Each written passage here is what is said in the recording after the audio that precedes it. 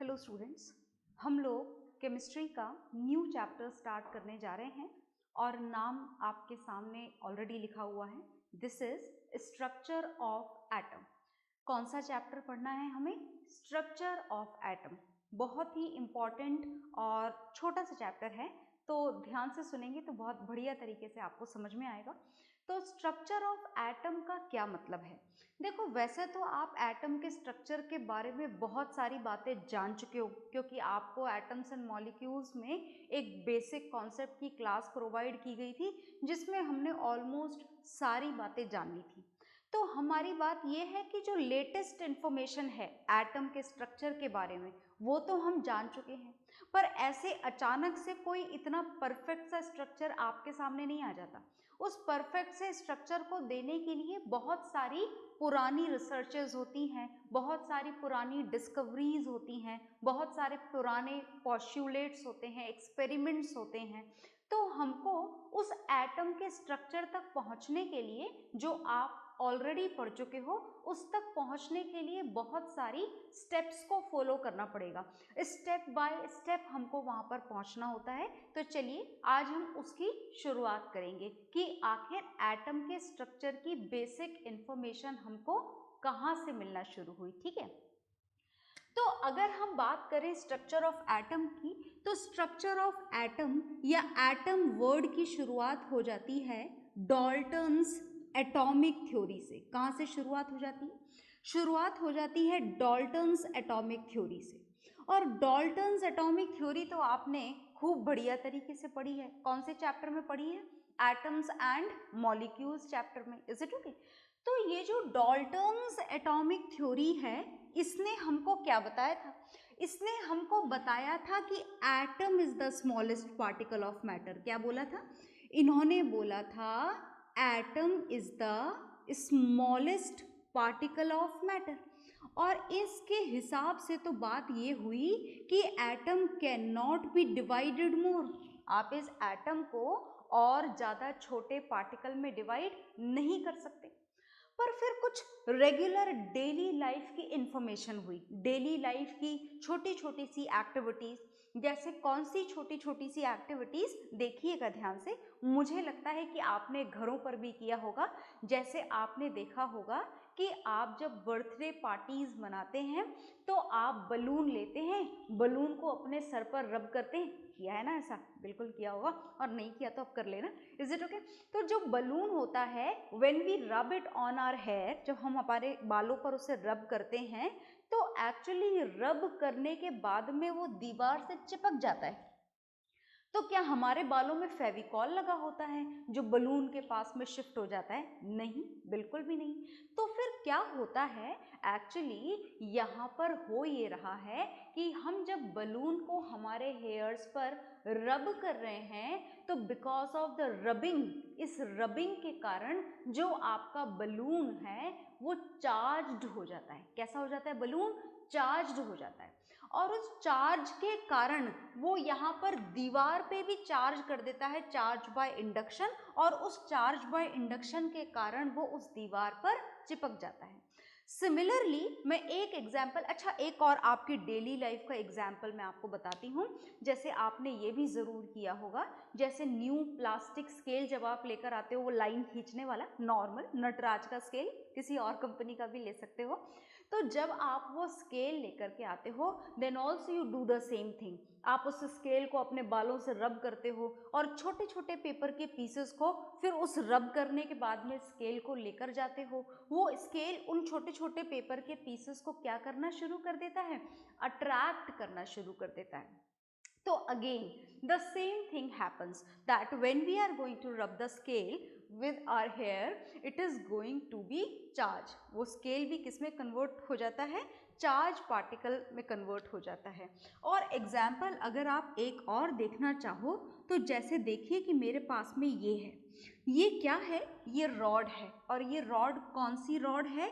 Glass rod है। Glass rod का मतलब you can imagine it like a thermometer. Thermometer exactly आपको नहीं लेना है, थर्मामीटर जैसी कोई रॉड आपको ले लेनी है, कांच की बनी हुई glass rod. and again you have something another thing also, and this is a piece of silk cloth. किसका पीस आपने लिया? आपने लिया सिल्क क्लोथ का पीस. तो when you are going to rub this glass rod with this silk cloth, then also something happens. दोबारा से कुछ होगा. जब हम इन दोनों चीज़ों को रब करते हैं तो रब करने के बाद में क्या होता है? रब करने के बाद में ग्लास रॉड के ऊपर तो आ जाता है पॉजिटिव चार्ज और सिल्क क्लोथ के ऊपर आ जाता है नेगेटिव चार्ज. तो ये जितने भी फिनोमिनास मैंने आपको बताए, that you are going to rub the balloon with your hair, you are going to rub the pencil scale with your hair, or you are going to rub this glass rod with the silk cloth, then each and everything will get a charge. इन सब के ऊपर क्या आ जाता है? Charge आ जाता है. Is it okay? तो जब डाल्टन एटॉमिक थ्योरी ने हमको ये बोला था कि each and every matter is made up of either atoms और मॉलिक्यूल्स, तो जब अगर कोई सी भी चीज़ सिर्फ एटम और मॉलिक्यूल से ही मिलकर बनी हुई है तो आखिर ये यहाँ पर नेगेटिव चार्ज या फिर आप बोलें कि यहाँ पर ये पॉजिटिव चार्ज कैसे आया? बात तो ऐसी है कि ये ग्लास रॉड या तो एटम से मिलकर बनी हुई है या फिर मॉलिक्यूल से मिलकर के बनी हुई है. Is it okay? सिमिलरली बात अगर सिल्क क्लोथ की करें तो ये भी या तो एटम से मिलकर बना हुआ है या मॉलिक्यूल से मिलकर बना हुआ है. चार्ज पार्टिकल की तो कहीं से लेकर कहीं तक बात ही नहीं हुई, फिर भी अगर रब करने के बाद में इसके ऊपर पॉजिटिव और नेगेटिव चार्ज आ रहा है तो ये बात प्रूव कर देती है कि जो एटम है, this atom is not a indivisible particle. ये एटम एक इनडिविजिबल पार्टिकल नहीं है, इसको डिवाइड किया जा सकता है. It can be divided, it should have some particular value of charge particle. मतलब अगर इस एटम को रब करने से कोई सी एक चीज पॉजिटिव चार्ज हो रही है and the another one is going to get the negative charge, then definitely this atom should be made with the charge particle. ये एटम किससे मिलकर बना हुआ है? ये एटम चार्ज्ड पार्टिकल से मिलकर बना हुआ है. Is it okay? और इन्हीं चार्ज पार्टिकल को बाद में आपने नाम दे दिया था इलेक्ट्रॉन एंड प्रोटॉन. ये बात आप जान चुके हैं क्योंकि आप बेसिक केमिस्ट्री में बहुत कुछ पढ़ चुके हैं. Is it okay? तो हमने जाना था that when we talk about the charge particle of atom, then the first charge particle of atom is electron and the second charge particle of the atom is proton. We will not write the third particle as it is not charge particle, as it is a neutral particle of the atom. So now the thing which has to be done in this chapter is that how the discovery of electron was done by the scientists. Similarly, we have to know how the discovery of proton was done by the scientist. Is it okay? So whatever is there on the board, you just note it down. Then we will start with the discovery of electron. Then after, we will start with the discovery of proton. Is it okay?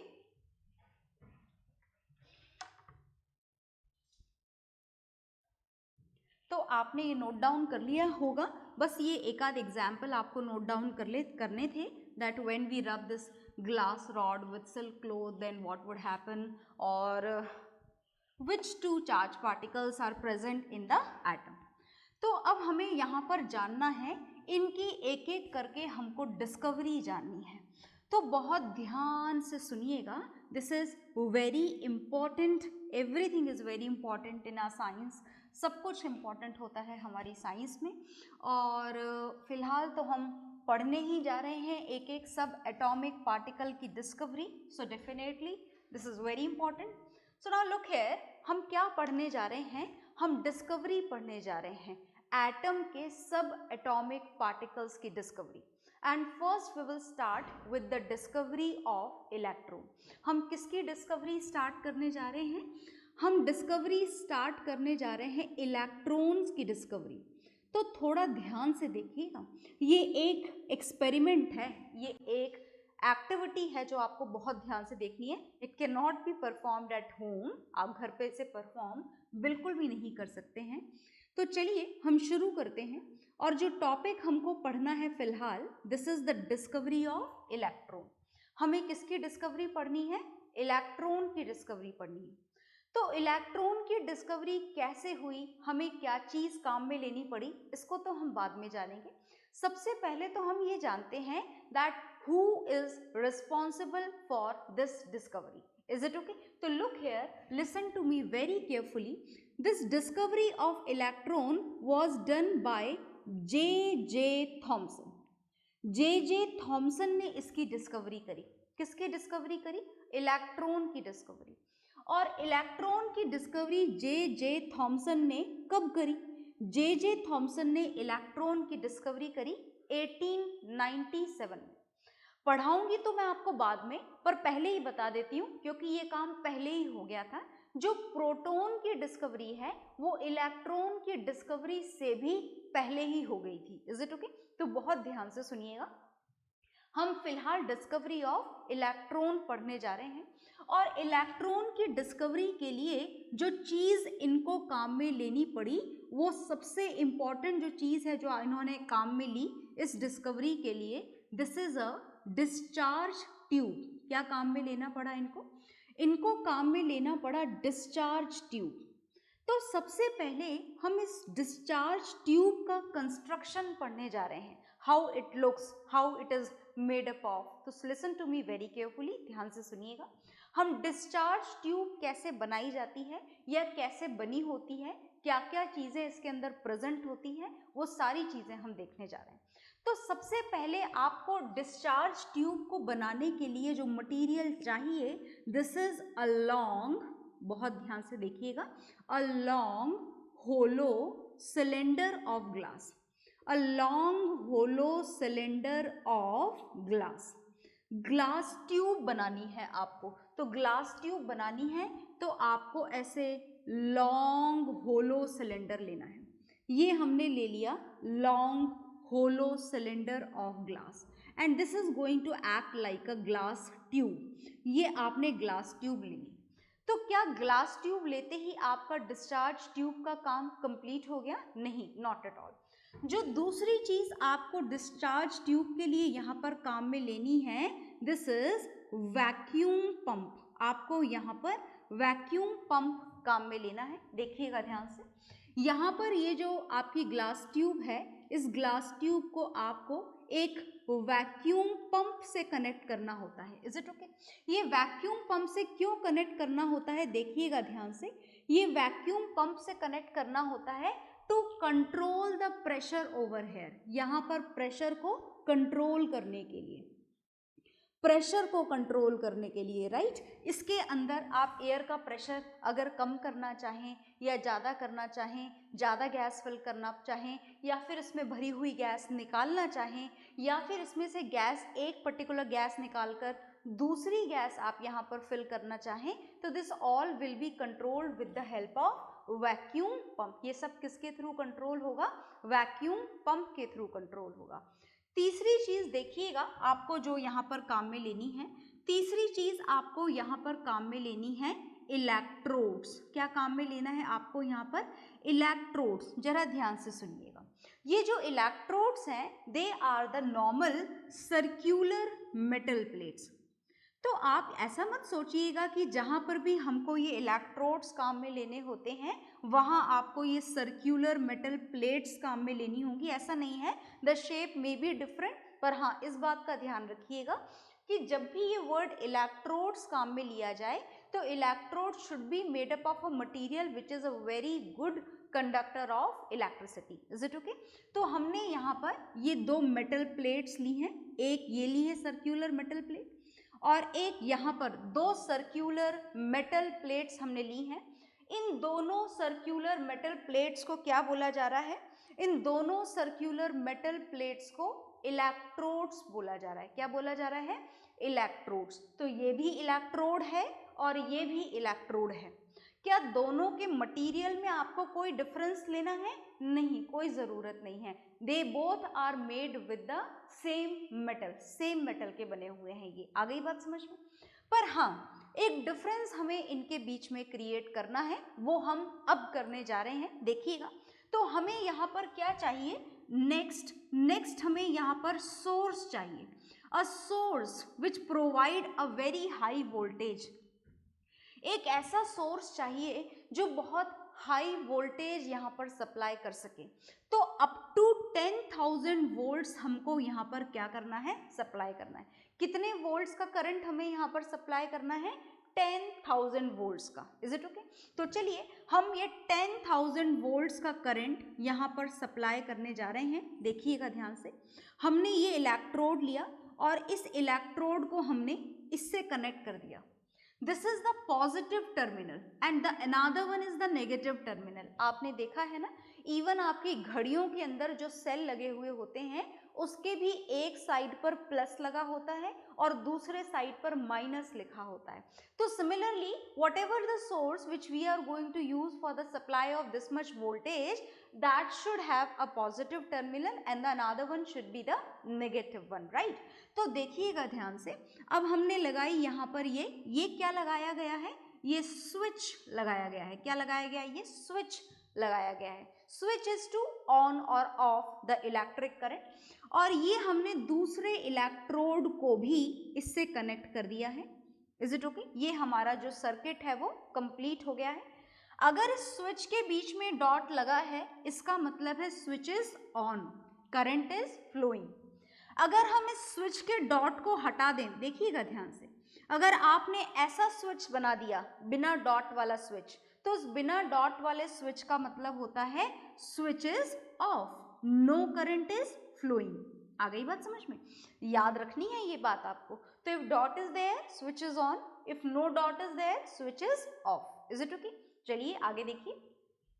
अब देखिए जो बात है, मैंने आपको बोला था कि ये जो इलेक्ट्रोड्स आपको काम में लेने हैं, they are the circular metal plates. क्या है ये?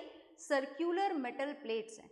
That means they both electrodes should be made with the very good conductor of electricity. ये दोनों किसके बने हुए हैं? इलेक्ट्रिसिटी के बहुत बढ़िया कंडक्टर के बने हुए हैं ये दोनों metal plates. But the difference is this, that this electrode is connected with the positive terminal, and whatever the electrode, whenever the electrode is connected with the positive terminal of any source of electric current, then this particular electrode becomes positively charged. ये electrode इस positive terminal से connect होने की वजह से कैसा हो जाएगा? पॉजिटिवली चार्ज हो जाएगा। और जो पॉजिटिवली चार्ज इलेक्ट्रोड होता है, उस पॉजिटिवली चार्ज इलेक्ट्रोड को हम हमारी साइंस में क्या बोला करते हैं? एनोड बोला करते हैं। इस बात को भूलिएगा नहीं। अगर वो वाला पॉजिटिव टर्मिनल से कनेक्ट करते तो उसे एनोड बोलते। मतलब आप फिजिक्स में पढ़ें, चाहे आप केमिस्ट्री में पढ़ें, चाहे आप कहीं पर भी पढ़ें, if the electrode is connected with the positive terminal of the battery, then definitely it is known as anode. Is it okay? और दूसरी खास बात कि ये जो एनोड है वो हमेशा कैसा होगा? Positively charge. And this is the another electrode, another circular metal plate which is here connected with the negative terminal of the battery. किससे कनेक्ट कर रखा है आपने? आपने नेगेटिव टर्मिनल से कनेक्ट कर रखा है। So as it is connected with the negative terminal of the battery, therefore this electrode is negatively charge. ये इलेक्ट्रोड कैसा हो जाता है? नेगेटिव टर्मिनल से कनेक्टेड होने के कारण, ये नेगेटिव टर्मिनल से कनेक्टेड होने के कारण नेगेटिवली चार्ज हो जाता है। And this negatively charge electrode is known as cathode. Negatively charge electrode को क्या बोला जाता है? कैथोड बोला जाता है। तो in this way the construction of discharge tube is done, which is going to be used for the discovery of electron, and this was done by the scientist J.J. Thomson in 1897. तो चलिए have a look at it again, एक बार और देख लेते हैं इसको। बहुत ध्यान से देखिएगा। हमने डिस्चार्ज ट्यूब बनाई है जिसके लिए लॉन्ग होलो सिलेंड्रिकल ग्लास ट्यूब ली है। हर चीज का यूज देखते जाएं आप। And it is connected with the vacuum pump to control the air pressure inside the glass tube.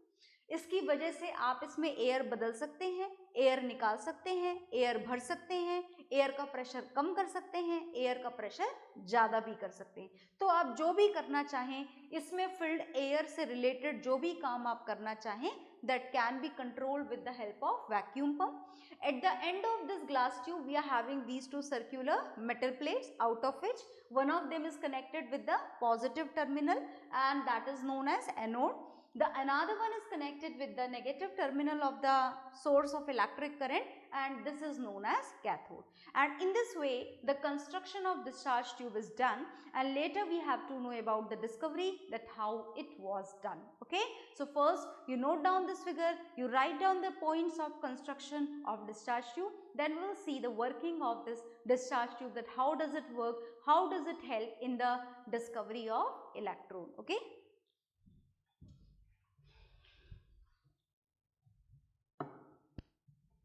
हाँ जी, तो ये आपने नोट डाउन कर लिया होगा। ये कंस्ट्रक्शन में हमने डिस्चार्ज ट्यूब के क्या क्या काम में लिया, इसको अब हम यहाँ से रफ कर देते हैं और बहुत ध्यान से सुनिएगा। अब डिस्कवरी होने जा रही है, किसकी डिस्कवरी होने जा रही है? डिस्कवरी होने जा रही है इलेक्ट्रॉन की। तो चलिए इलेक्ट्रॉन की डिस्कवरी करते हैं। वैसे आपको बहुत कुछ पता है, अगर आपने अच्छी तरीके से पढ़ा है और चीज़ों को याद भी करा है तो आपको पता है कि एटम में इलेक्ट्रॉन कहाँ होता है। एटम इलेक्ट्रॉन लूज भी कर देता है, कभी कभी लूज कर देता है, तो एटम के ऊपर कौन सा चार्ज आता है, आपको ऐसे करके बहुत सारी बातें पता है ना आपको? बिल्कुल पता है। तो देखिए व्हाट हैपेंड, क्या हुआ इसके अंदर, बहुत ध्यान से देखना। देखो जी, ऐसा हुआ कि पहले तो हमने अलग अलग कंडीशन रखी यहाँ पर। जो पहली कंडीशन थी, उस पहली कंडीशन में एयर फिल करी गई इसके अंदर। किसके अंदर? डिस्चार्ज ट्यूब के अंदर। आप ग्लास ट्यूब भी बोल सकते हैं। तो आपने ग्लास ट्यूब में क्या फिल करी? एयर फिल करी। और एयर कौन से प्रेशर पर फिल करी? आपने एयर फिल करी नॉर्मल प्रेशर पर। नॉर्मल प्रेशर का मतलब समझते हो? The pressure of air which is present in your room. अभी आपके रूम में जो भी एयर का प्रेशर है, that is the normal air pressure. Is it okay? तो हमने इसके अंदर नॉर्मल एयर फिल करी नॉर्मल प्रेशर पर। Is it okay? बिल्कुल नॉर्मल प्रेशर पर, कोई प्रेशर में कमी नहीं की गई और ना ही प्रेशर में कोई इंक्रीमेंट किया गया। That means whatever the normal air is there in your room, the same air is filled in this glass tube also. Then what happened, क्या हुआ उसके अंदर? किसके अंदर? डिस्चार्ज ट्यूब के अंदर। तो देखो जी, बात ऐसी है कि उस कंडीशन में डिस्चार्ज ट्यूब के अंदर कुछ नहीं हुआ, नथिंग। जैसी दिख रही है वैसी ही दिखती रही, बिल्कुल same to same. Is it okay? No changes was observed, कोई चेंज ऑब्जर्व ही नहीं किया गया। No changes were observed over there. अच्छा, ऐसा क्यों? ऐसा क्यों हुआ कि जब एयर इसमें नॉर्मल प्रेशर पर फिल करी तो कोई चेंज नोटिस ही नहीं हुआ? वो भी तब जब कितना वोल्टेज सप्लाई करा था, भूल तो नहीं रहे? मैं लिख देती हूँ यहाँ पर, इतना खतरनाक वोल्टेज। अब आप सोच रहे होंगे कि मैं इस वोल्टेज को खतरनाक क्यों बोल रही हूँ? तो देखो जी, बात ऐसी है कि आपके घरों में जो इलेक्ट्रिक करंट आता है ना, उस इलेक्ट्रिक करंट का वोल्टेज होता है 220 वोल्ट, है ना? अब 220 वोल्ट और 10,000 वोल्ट्स को आप कंपेयर कर लो तो आपको पता लग जाएगा कि ये कितना खतरनाक वोल्टेज है, डेंजरस है, हाई वोल्टेज वैल्यू है ये। Is it okay? तो when this much high voltage value is pass through this glass tube, then nothing happened, कुछ नहीं हुआ। क्यों नहीं हुआ? कारण था एयर का normal pressure. When we talk about this air at the normal pressure, then at this normal pressure air is a insulator of electricity. इस normal pressure पर जो air है वो क्या होती है? insulator होती है। किसकी insulator होती है? इलेक्ट्रिसिटी की इंसुलेटर होती है। Electricity is not at all going to conduct through the air at this normal pressure. नहीं आता ना आपको भी कभी एयर में करंट? नहीं आता ना, बिल्कुल भी नहीं आता। हमें करंट कब लगता है? हमें इलेक्ट्रिक शॉक कब लगता है? When we are going to directly touch the electric wire. ऐसा तो नहीं होता ना कभी नॉर्मल एयर में बैठे बैठे जोर से करंट आ जाए और कोई जल जाए और किसी के साथ किसी भी तरीके का नुकसान हो जाए? नहीं, ऐसा नहीं होता। क्यों नहीं होता? Because at that pressure air is a insulator of electricity. At that pressure air is not at all going to conduct electricity. Air electricity को कंडक्ट करेगी नहीं। तो फिर भाई काम कुछ और किया गया। क्या काम किया गया? रिड्यूस किया गया प्रेशर। एयर के प्रेशर को डिस्चार्ज ट्यूब में कम किया गया, डिक्रीज किया गया, डाउनवर्ड एरो बना दिया ना, मतलब डिक्रीज किया गया। कितना डिक्रीज किया गया सुनिएगा ध्यान से। डिक्रीज करते करते हम एयर प्रेशर को उसके अंदर 1 mm ऑफ Hg तक लेकर के आ गए। अब मुझे लगता है कि ये आपके लिए बहुत ही अजीब सी बात है, तो मैं आपको समझाने की थोड़ी सी कोशिश करती हूँ। देखिएगा, ये 1 तो 1 है, numerical value of pressure, is it okay. और ये जो mm ऑफ Hg है, Hg is mercury and mm is millimetre. तो mm of Hg is a unit of pressure. जैसे डिस्टेंस की यूनिट होती है ना, metre, centimetre, kilometre, millimetre and so many units are there. Similarly ये नाम तो बड़ा अजीब सा लग रहा होगा आपको, mm ऑफ Hg। आखिर ऐसे कैसे कोई प्रेशर को मेजर कर सकता है? बिल्कुल ऐसे ही मेजर कर सकते हैं mm ऑफ Hg को। But how the pressure is measured in mm of Hg, that you will learn in class 11th physics. 11th की फिजिक्स में आप इसको अच्छे से समझोगे, that how the pressure is measured in this unit mm of Hg। पर हाँ, इस बात को आप याद रखिएगा कि this is a unit of pressure. What is the unit of pressure? mm of Hg। तो यहाँ वैक्यूम से थोड़ी एयर निकाली गई, और निकाली गई तो क्या हुआ कि यहाँ पर एयर प्रेशर कम हो गया। कितना कम कर दिया? अब एयर जो प्रेशर था वो था 1 mm ऑफ Hg, और इस 1 mm ऑफ Hg प्रेशर पर जब काम किया गया, सेम वोल्टेज लगाया गया, इज इट ओके, तो पता लगा कि पूरी ट्यूब ग्लो कर रही थी, इज इट ओके। अब ट्यूब जो ग्लो कर रही है उसका कलर क्या होगा? ग्रीन कलर से ग्लो करेगी, या रेड कलर से ग्लो करेगी, या येलो कलर से ग्लो करेगी? The colour of this particular tube depends on the gas which is filled inside it.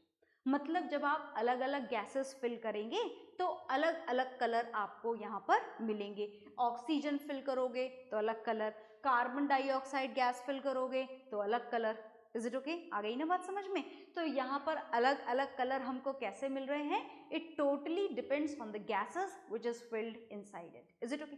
फिर एक और काम किया गया, और जो एक और काम किया गया वो ये किया गया कि एयर के प्रेशर को और कम कर दिया गया, और अब की बार कम किया गया, बहुत ज्यादा कम किया गया। कितना कम किया गया? Look here, this is now 0.001, भूलेंगे तो नहीं ना, mm of Hg is a unit of pressure.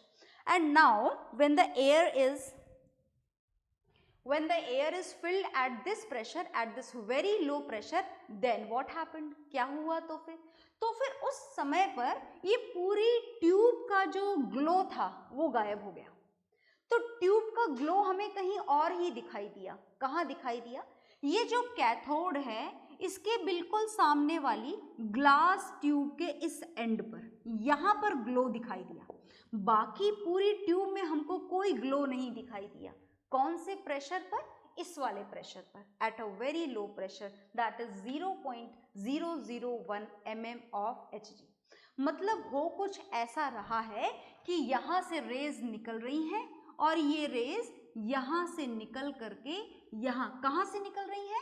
Cathode से, और निकल करके जब ये यहाँ पर स्ट्राइक कर रही हैं at the end of this glass tube, तो इस स्ट्राइक करने से यहाँ पर लाइट का प्रोडक्शन हो रहा है, और आपको यहाँ पर एक पर्टिकुलर ग्लो दिखाई दे रहा है। मतलब ये बात तो कंफर्म हो गई कि कुछ रेज मूव कर रही हैं। किधर से किधर? From cathode towards anode, is it okay. अब ये कौन सी रेज हैं, कौन से पार्टिकल से मिलकर के बनी हुई हैं, इन रेज का इलेक्ट्रॉन की डिस्कवरी से क्या रिलेशन है, that will see in the next class. Okay, bye everyone.